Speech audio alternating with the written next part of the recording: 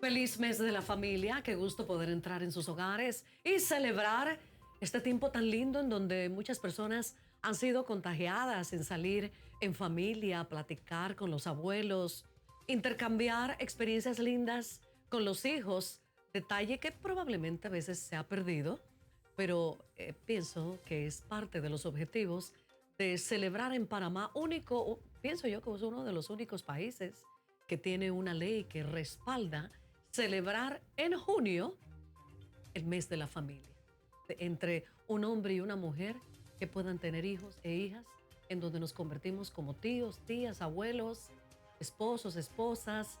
Qué hermosa es la familia. Es un regalo de Dios. Quiero ir a la porción bíblica con la cual siempre me gusta abrir el programa para que veamos que también en las Sagradas Escrituras, sobre todo, siempre pensar que Dios pensó en la familia. Dice en Deuteronomio 6:6, y estas palabras que yo te mando hoy estarán en tu corazón, ¿verdad? Verso 7 dice, y las repetirás a tus hijos y hablarás de ellas estando en tu casa y andando por el camino y al acostarte y cuando te levantes. Miren, vas a repetir a tus hijos lo que tú leas en las Sagradas Escrituras, aunque sea una porción pequeña de Salmos.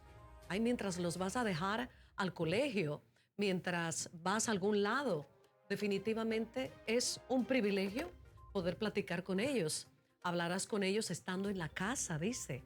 No que cuando lleguen, ve a limpiar tu casa, ve esto, a limpiar tu cuarto, habla de ellos. Dice que andando en el camino, al acostarte y cuando te levantes. Deuteronomio 6:6-7.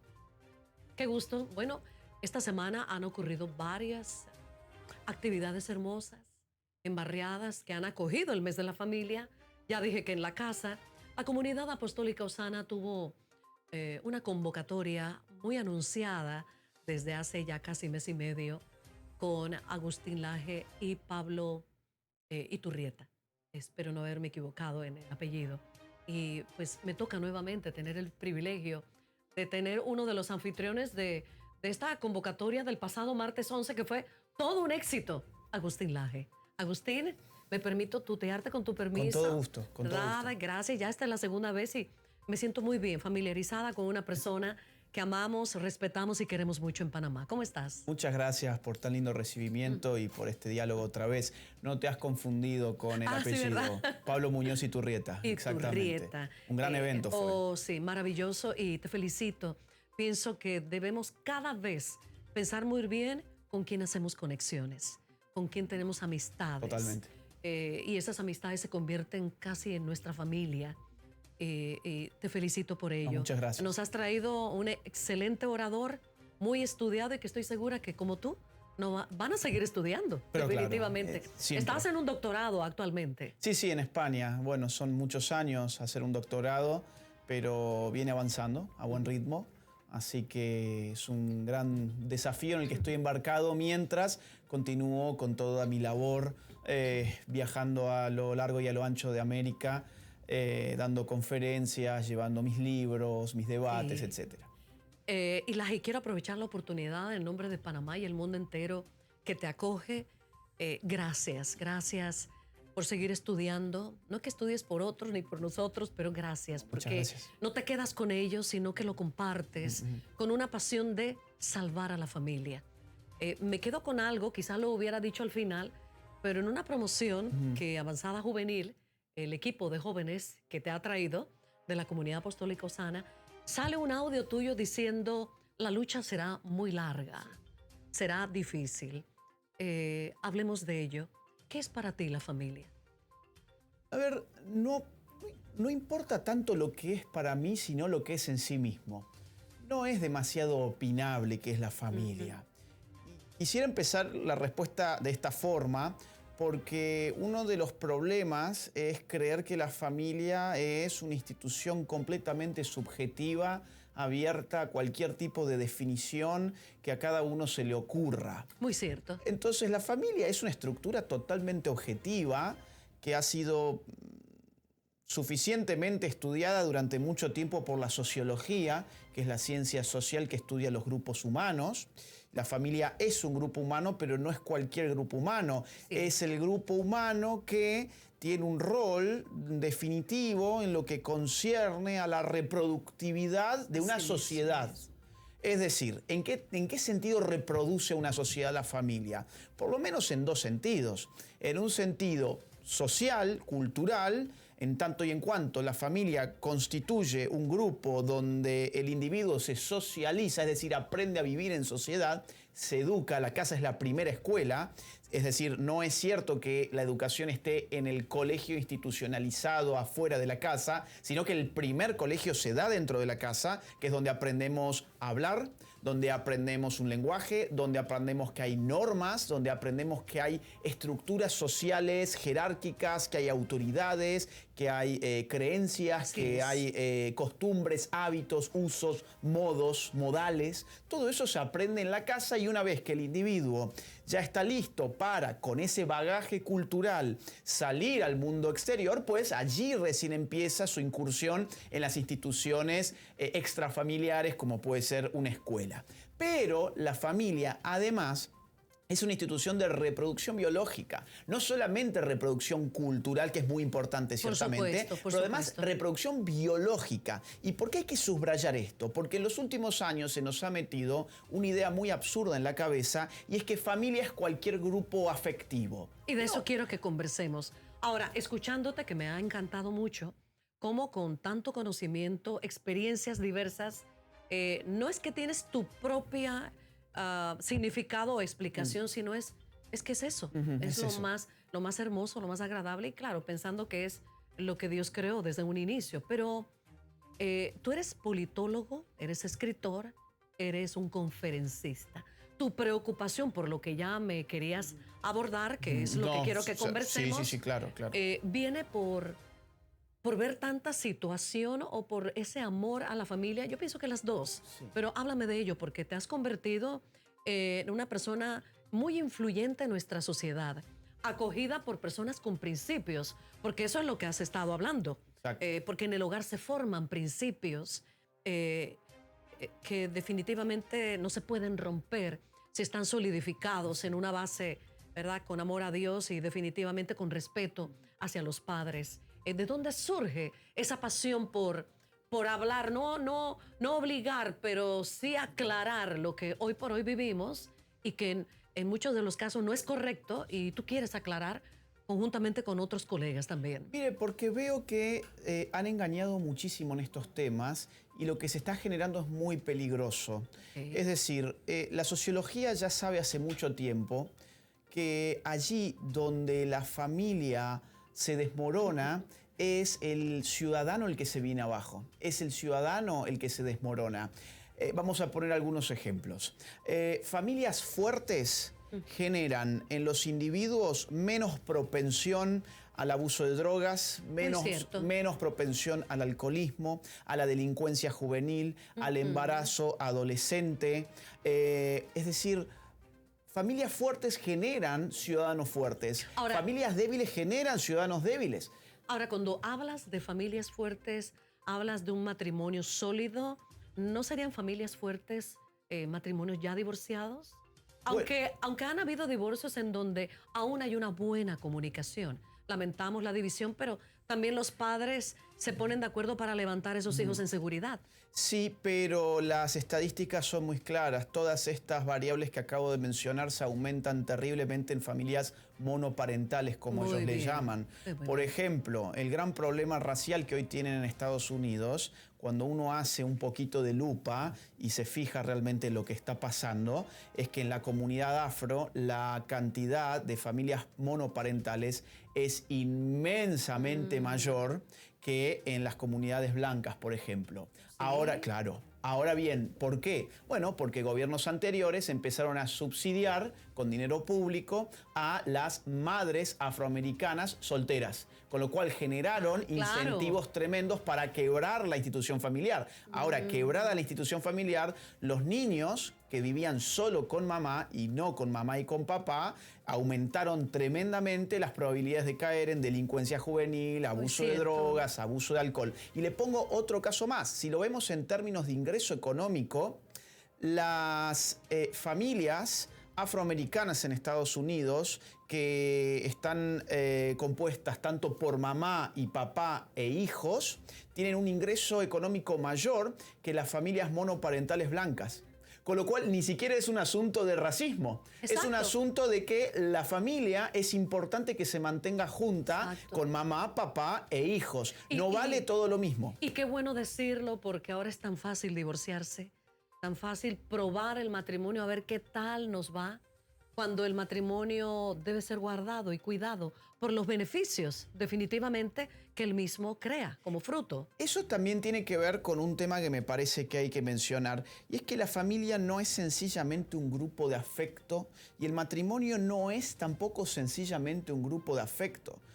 Nos han empujado a definir de esta manera la familia y el matrimonio simplemente a partir del afecto, cuando el afecto ciertamente es importante, pero es un elemento más, no es el único elemento. Ahora, cuando lo convertimos en el único elemento, generamos dos consecuencias. Por un lado, si el matrimonio está pasando un mal momento, en términos afectivos, pues entonces ese matrimonio debe ser disuelto cuanto antes. Y por otro lado, el otro efecto es, si cualquier tipo de vínculo social se basa en el afecto, por lo tanto ese vínculo es un vínculo familiar. Y tampoco eso es cierto. ¿Tampoco? Es decir, vamos a ver, yo puedo tener mucho afecto con mi perrito y la realidad es que mi perrito no es mi familia. Digo, muy mal que le pese a tanta gente, pero por ejemplo en Europa, donde yo vivo la mitad del año, está tan de moda este asunto de considerar a los animales como miembros fundamentales de la familia, que a los gatos se les dicen gatijos y a los perros se les dicen perrijos.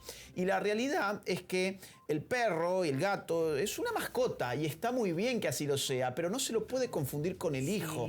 Y estas son todas las tendencias culturales actuales que son profundamente degradantes. Ahora, Agustín es argentino, un hombre estudioso y nos agrada. Ahora tienen ustedes un presidente con el cual, pregunto, ¿tiene usted una buena relación en cuanto a esto? Como es politólogo, platican, conversan de situaciones con las cuales tienen la esperanza de poder superar, porque también toda esa corriente de Europa, parece mentira, pues como que dio la vuelta y llegó a Argentina. Sí, claro.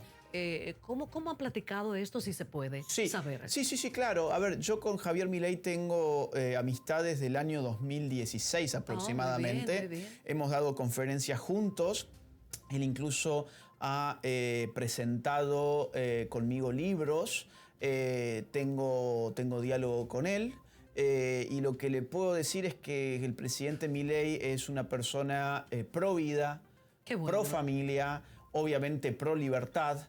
Él tiene en mira todos estos temas al punto de que ha, por ejemplo, cerrado el llamado Ministerio de la Mujer, los Géneros y las Diversidades, que era un ministerio... Ya existía de hace años. Existía desde hacía 4 años y era un ministerio dedicado a promover la ideología de género, que es uno de los factores que más está destrozando a las familias. Por supuesto. Mire, permítame ponerle otro dato de Estados Unidos, y yo insisto con Estados Unidos porque allí las estadísticas suelen ser bastante claras. Y están también están en crecimiento. Están en crecimiento. Sí. Bueno, justamente en Estados Unidos, por ejemplo, el transgenerismo ha pasado, si uno mira lo que ellos llaman la generación baby boomers, que viene a ser las personas que han nacido más o menos entre los 40 y los 60 del siglo pasado, después de la Segunda Guerra Mundial del siglo pasado, esta gente tenía una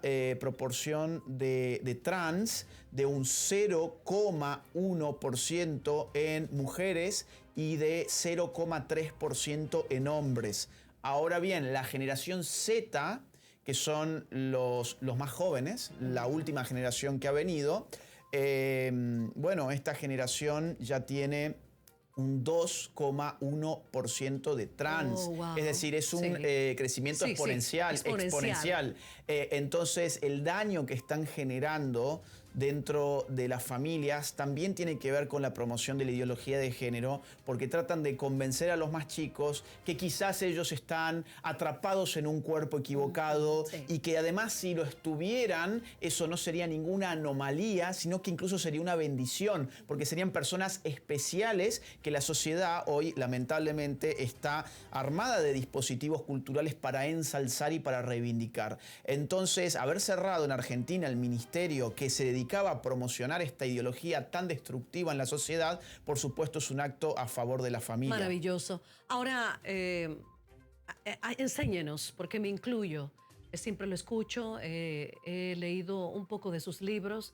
Es tentador no picar un poquito de cada Sí. uno, pero el compromiso sería leerse uno completo, definitivamente. Generación Idiota. Pareciera como una palmada en el cachete para la juventud, pero cuando uno lee un poco, en parte sí y parte Sí, no. sí. Ahora, ¿cuál era la intención o cuál es la intención cada vez que abrimos este libro, Generación Idiota? La intención es doble. Por un lado es mostrarle al lector de qué manera la cultura adolescente, que es una cultura fast food, digamos, Exacto, todo es una rápido. cultura todo, sí, es una cultura, digamos así, sin contenido sustancial, es sin embargo la cultura que hoy domina en todas las edades. Lamentablemente. Es decir, esta tendencia a que los adultos funcionen como si fueran adolescentes es algo que se ha esparcido por todo el mundo Pero sabe, occidental. Laje, echando un poco para Sí. atrás, eso venía lentamente en novelas, en Sí. series, y uno lo veía como, me explico, hasta que ya vemos la verdad. ¿Siente usted que ya la vergüenza nunca existió, pienso yo, pero ya lo presentan tal y como es? ¿Falta algo más por conocer? Mire, al final del día es todo un simulacro. Es decir, tratar a la gente como si fuera adolescente es una manera de manipularla, no de reivindicarla. Por supuesto. Cuando nos muestran a una chiquilla de 15 años prometiéndonos que ella nos va a salvar del apocalipsis climático, una sueca llamada Greta Thunberg, yo pienso que nos están tomando de tontos.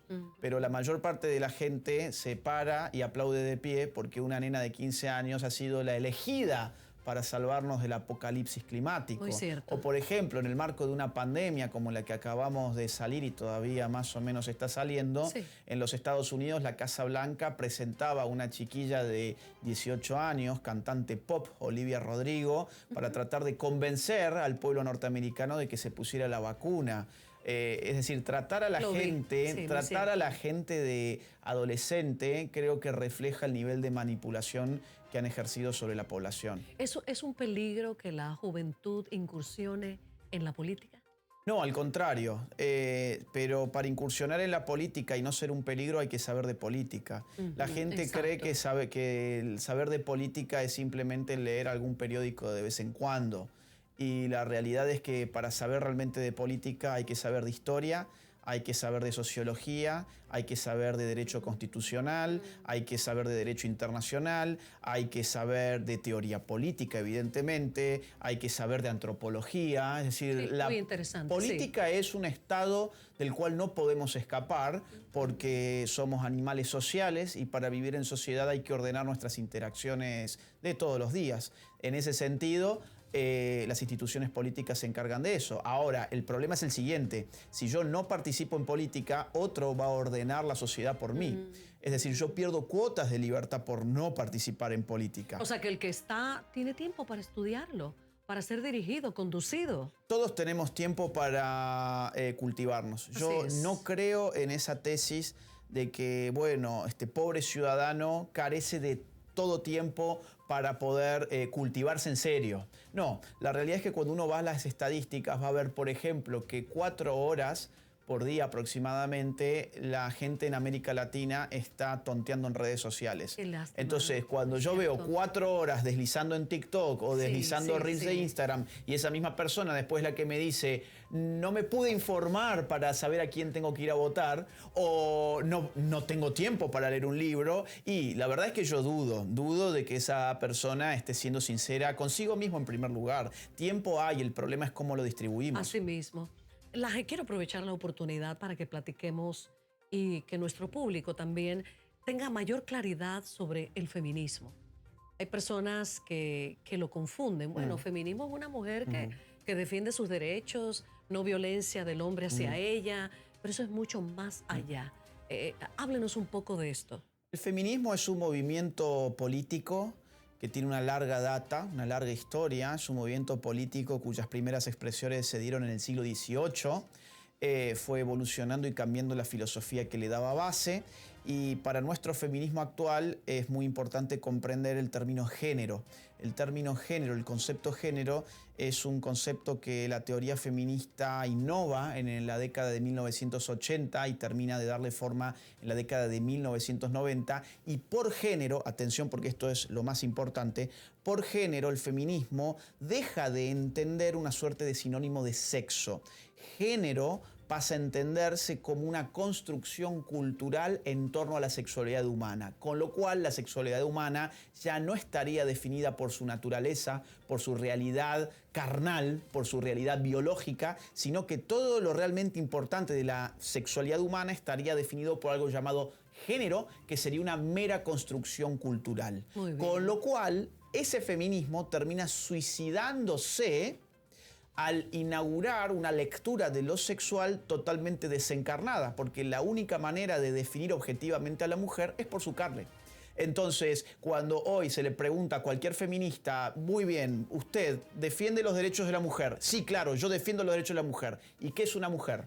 Ya no pueden avanzar, porque se han quedado sin sexo, ahora tienen género, y el género no tiene que ver con la realidad del cuerpo de la mujer, tiene que ver con una construcción cultural de la cual yo, por ejemplo, podría ser una mujer también. Según la propia teoría del género, yo puedo subvertir esos mandatos culturales identificándome como una mujer. Entonces usted quizás ahora está haciéndole una entrevista a una mujer sin haberlo sabido jamás. Ese desquicio es lo que ha llevado a un momento actual que es el del posfeminismo. Ya no se puede seguir hablando de feminismo porque el feminismo precisaba de una definición objetiva del ser mujer. Hoy ya no hay definiciones objetivas del ser mujer. Entonces, hoy el feminismo es una farsa. Es una farsa que ha atentado contra la mujer porque vamos a poner alguna serie de ejemplos muy rápidamente para entender cuáles son las consecuencias de esto. Vamos a ver, en mi ciudad, Córdoba, Argentina. Bueno, hace algunos años, por ejemplo, un preso anunció que a partir de ahora se autopercibía mujer y pidió que lo pasaran a la celda de mujeres porque él ahora era una mujer.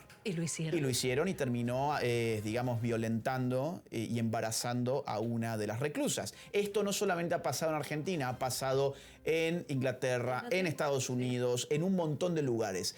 Otro ejemplo, en el caso de Canadá hay hombres que dicen ser mujeres y van a depiladoras para pedirle a mujeres que depilen sus partes íntimas.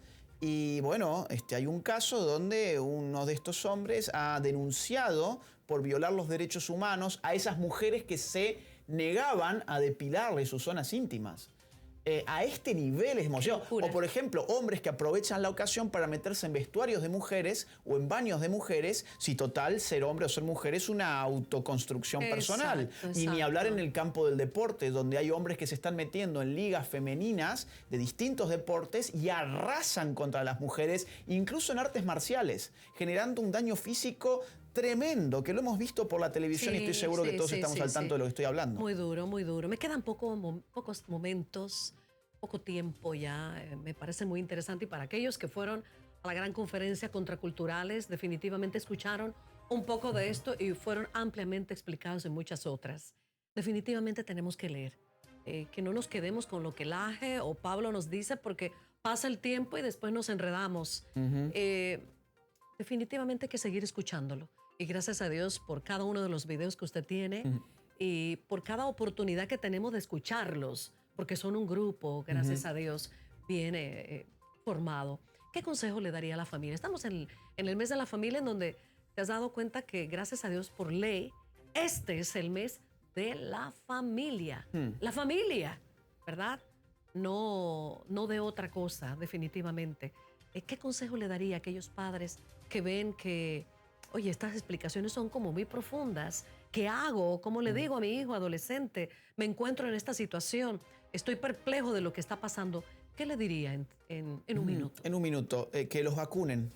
Es decir, la vacuna es un mecanismo muy interesante porque implica introyectar un virus que está desactivado para que genere anticuerpos nuevos y listos y preparados para cuando el verdadero virus quiere ingresar al cuerpo, pues que sea repelido. ¿Y cuál es esa vacuna? Esa metáfora justamente es la de vacunarlos contra estas ideologías. ¿Pero cómo? Esto que implica es sentarse con los niños, no cuando tienen 15 o 16 años, mucho antes, terminar con la idea de que pueden envolverlos en una burbuja donde no van a tener estas influencias negativas. Ya no existe ninguna burbuja. Exacto. El padre de familia, la madre de familia tienen que sentarse con los niños e inyectarles el virus de esta forma. Hijo, hija, lo que vas a empezar a escuchar allí afuera, en el colegio, en la televisión, en las series, en los cartoons, en todas partes, en las redes, es que, por ejemplo, ser hombre o ser mujer es una construcción cultural y uno puede cambiar de género o de sexo como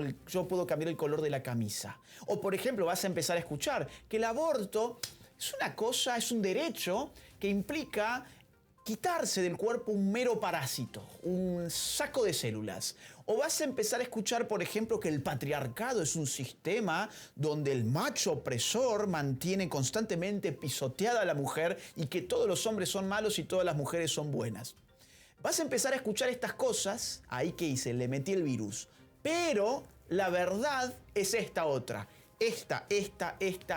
Claro, es muy fácil meter el virus. Lo difícil es después desactivarlo, porque para desactivarlo, yo como padre de familia tengo que saber hacerlo. Y para saber hacerlo, tengo que haberme formado en ello. Tengo que conocer datos, tengo que conocer argumentos, tengo que saber razonar, saber explicar, porque en eso se está jugando mi hijo o mi hija. Porque el día de mañana, quizás mi hijo de 9 años me mira con una cara de no sé de qué me estás hablando, no importa. Después ese niño en el colegio le quieren meter esta basura en la cabeza, ese anticuerpo ya está creado y el niño le va a hacer cortocircuito lo que le están diciendo en el colegio y va a recordar los argumentos que en su casa recibió. No es una sola vez, ¿eh? Hay que mantener el diálogo.